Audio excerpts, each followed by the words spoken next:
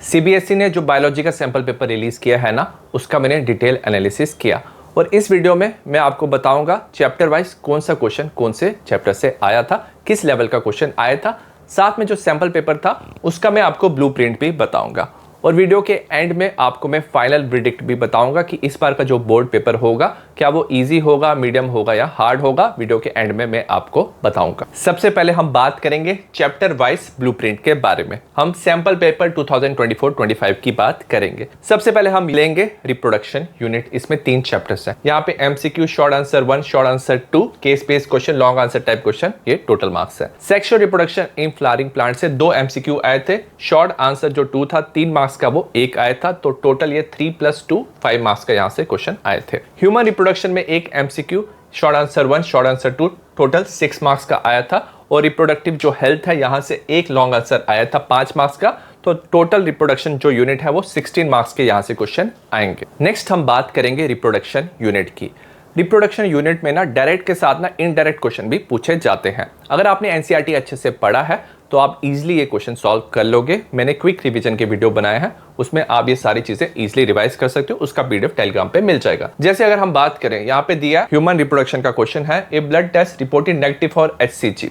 अगर एचसीजी के लिए नेगेटिव है तो जो फीमेल है वो प्रेग्नेंट नहीं है। Name the tissue which produce HCG, placenta produce करता है। अगर पॉजिटिव है एचसीजी के लिए, मतलब फीमेल जो है वो प्रेग्नेंट है। प्लेसेंटा कौन सा हार्मोन सिक्रीट करता है, तो HCG, relaxin, HPL, estrogen, progesterone. तो ये क्वेश्चन पूछा गया है। इन्होंने दिया जो ह्यूमन मेल इजैकुलेट करता है 200 to 300 मिलियन स्पर्म, ये क्वेश्चन पूछा हुआ है। How does the ovum block the entry of additional sperm, तो जो जोना पेलुसिडा होता है उसमें थोड़े चेंजेस आ जाते हैं। एज ए रिजल्ट जो बाकी स्पर्म है वो एंटर नहीं कर सकते। ये डायरेक्ट क्वेश्चन है।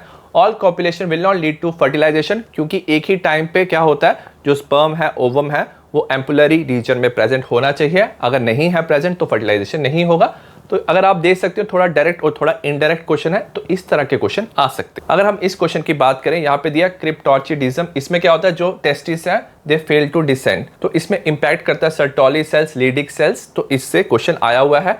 Identify 3 parameter of male fertility which get affected. अगर जो टेस्टिस है वो डिसेंड नहीं होता स्क्रोटम में तो क्या प्रॉब्लम हो सकती है। स्पर्म का लेवल लो हो सकता है, नरिशमेंट नहीं मिलेगा, एंड्रोजन का लेवल भी क्या हो सकता है, लो हो सकता है।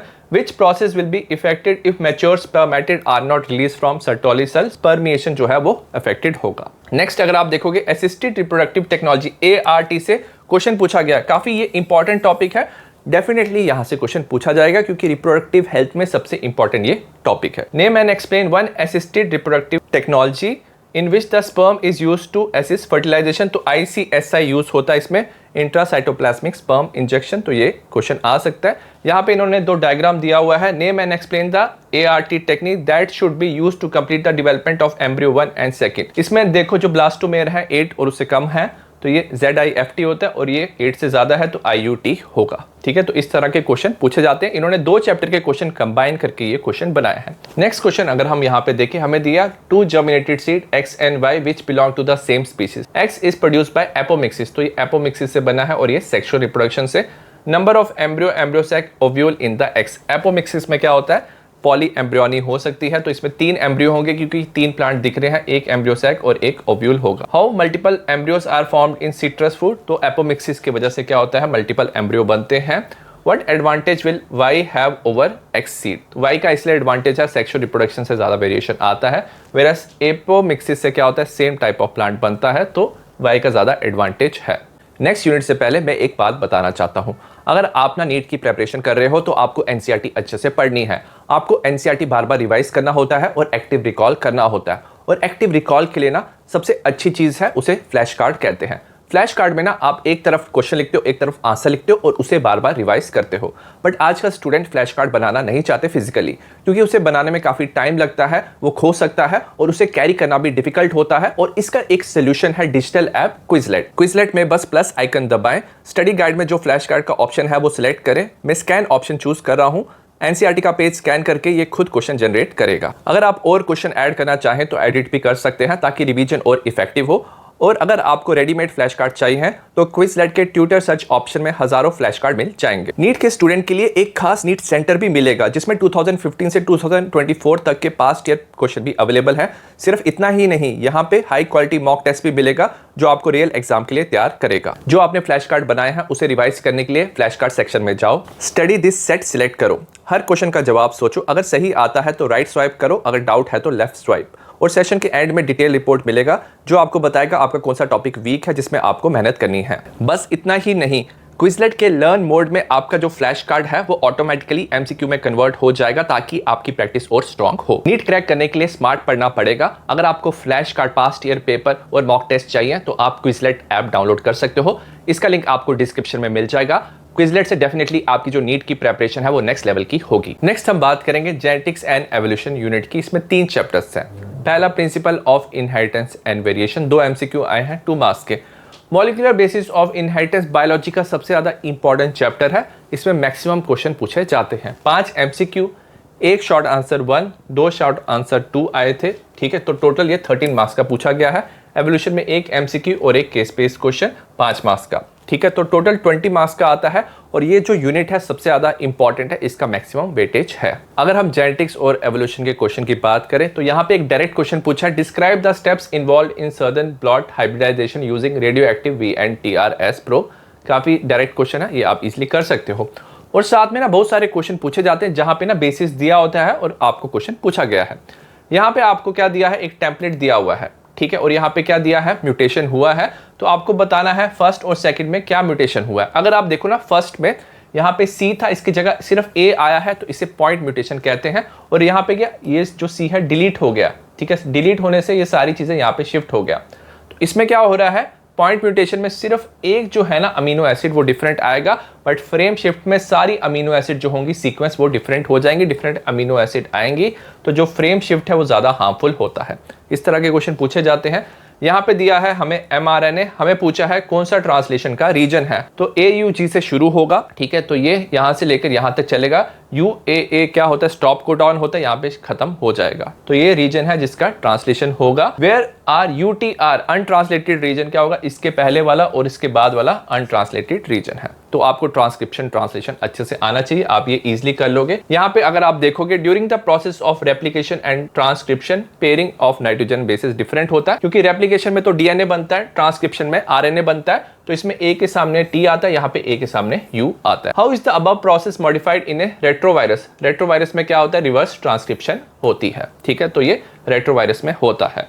Justify why during the process of transcription only A segment of DNA is copied, एक ही सेगमेंट कॉपी होता है। अगर 2 सेगमेंट हो तो 2 RNA बन जाएगा, वो आपस में कॉइलिंग कर सकते हैं और 2 डिफरेंट टाइप ऑफ प्रोटीन की पॉलीपेप्टाइड चेन बना सकते हैं।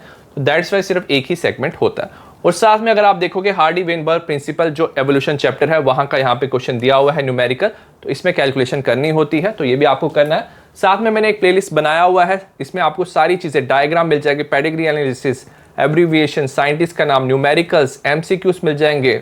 ठीक है, ये जो MCQs है ये टॉप 150 MCQs हैं, तो सारी चीजों की आप प्रैक्टिस कर सकते हो। इसमें आप न्यूमेरिकल भी प्रैक्टिस कर सकते हो। नेक्स्ट यूनिट है बायोलॉजी एंड ह्यूमन वेलफेयर। इसमें 2 चैप्टर्स हैं, ह्यूमन हेल्थ एंड डिसीज। इसमें 2 मार्क्स का 1 क्वेश्चन आया, 4 मार्क्स का 1 क्वेश्चन आया, case based question, total 6 marks का। माइक्रोब्स इन ह्यूमन वेलफेयर में 3 MCQ, 3 मार्क्स का 1 क्वेश्चन, ये भी 6 मार्क्स का, तो टोटल 12 मार्क्स के क्वेश्चन इस यूनिट से पूछे जाते हैं। नेक्स्ट हम बात करेंगे बायोलॉजी एंड ह्यूमन वेलफेयर की। अगर ह्यूमन हेल्थ एंड डिजीज की बात करें तो वहां पे डिजीज वाला क्वेश्चन डेफिनेटली पूछा जाएगा। यहाँ पे देखो, given below is the pattern of temperature in person suffering from non viral disease transmitted by mosquito. तो ये मलेरिया है, ये प्रोटोजोअन से ट्रांसमिट होता है, ग्राफ दिया हुआ है। Explain the factor responsible for this pattern of temperature. तो हीमोजोइन जो है RBC से रिलीज होता है, तो टेम्परेचर में वेरिएशन आता है, इंक्रीज होता है 2-3 दिन तक। How does this pathogen multiply in human body. तो लीवर में ये एसेक्सुअल रिप्रोडक्शन से डिवाइड होके इसकी क्वांटिटी इंक्रीज होती है। सी है, how is this infection transmitted to human. तो ये फीमेल एनाफिलिस से ट्रांसमिट होता है, स्पोरोजोइट्स ट्रांसमिट होते हैं। और दिया हुआ है, which stage of the life cycle of this pathogen are completed in the mosquito gut. Mosquito gut में फर्टिलाइजेशन और डेवलपमेंट जो है वो कंप्लीट होता है। तो अगर आपने अच्छे से ये चैप्टर पढ़ा हुआ है, जैसे डिजीज पढ़े हुए हैं, तो इजीली आप ये कर सकते हो। सिमिलरली अगर आप ये क्वेश्चन देखोगे, यहाँ पे एड्स का क्वेश्चन दिया है, ग्राफ दिया हुआ है, ठीक है, टी लिम्फोसाइट एंड वायरस का दिया हुआ है कल्चर, ठीक है। टी लिम्फोसाइट की over a period of time concentration कम हो रही है, वायरस बढ़ रहा है, तो इन्होंने रिलेशनशिप दिया है, तो ये क्या होगा, रेसिप्रोकल और इनवर्स रिलेशनशिप होगा। जैसे ही वायरस ज्यादा होगा टी सेल डिक्रीज होंगे। बी दिया है, does it completely clear the virus from the body permanently, give reason for your answer. तो याद रखना, जो एड्स होता है उसमें वायरस कंप्लीटली क्लियर नहीं होता। Over a period of time जो टी हेल्पर सेल है उनका जो कंसंट्रेशन है वो कम होता है और इम्यूनिटी वीक होती है और पर्सन को बाकी बैक्टीरियल इन्फेक्शन भी हो सकता है, ठीक है।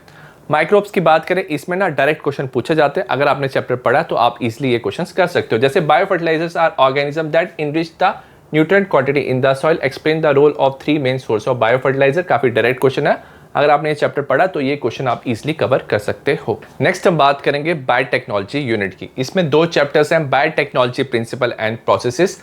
2 MCQ हैं, 2 मार्क्स का एक क्वेश्चन, 3 मार्क्स का एक क्वेश्चन, टोटल 7 मार्क्स के यहाँ पे क्वेश्चन आए हैं। बायोटेक्नोलॉजी एंड इट्स एप्लीकेशन में 5 मार्क्स का एक क्वेश्चन आया। टोटल ये जो दोनों चैप्टर्स हैं ये 12 मार्क्स के हैं। अगर हम बायोटेक्नोलॉजी यूनिट की बात करें तो इसमें ना लिमिटेड टॉपिक आते हैं दोनों चैप्टर से, क्योंकि काफ़ी कम सिलेबस है इन दोनों चैप्टर का, तो ना जो क्वेश्चंस होते हैं मोस्टली वो डायरेक्ट पूछे जाते हैं। एक culture plate of lactobacillus bacteria, blue colour colony बन रही है and colourless colony, explain the principle involve in formation of such variation in colour of colony.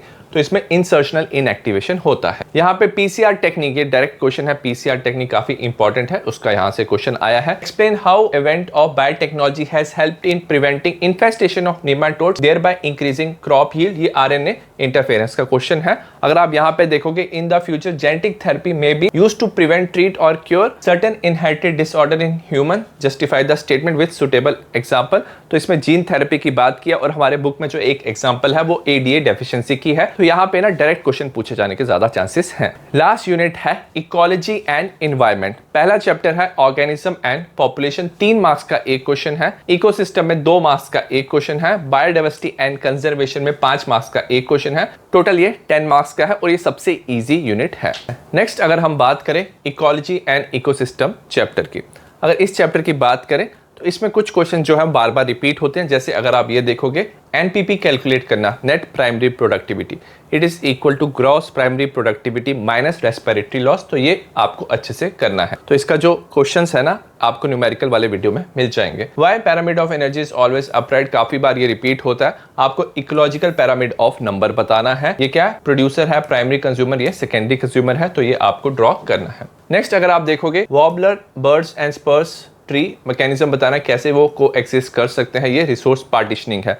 तो ऑर्गेनिज्म एंड पॉपुलेशन वाले चैप्टर में जो भी रिलेशनशिप है और उसकी जो एग्जांपल है वहां से क्वेश्चन पूछ सकते हैं। What is Gauss exclusion principle, यहां से भी क्वेश्चन पूछ सकते हैं।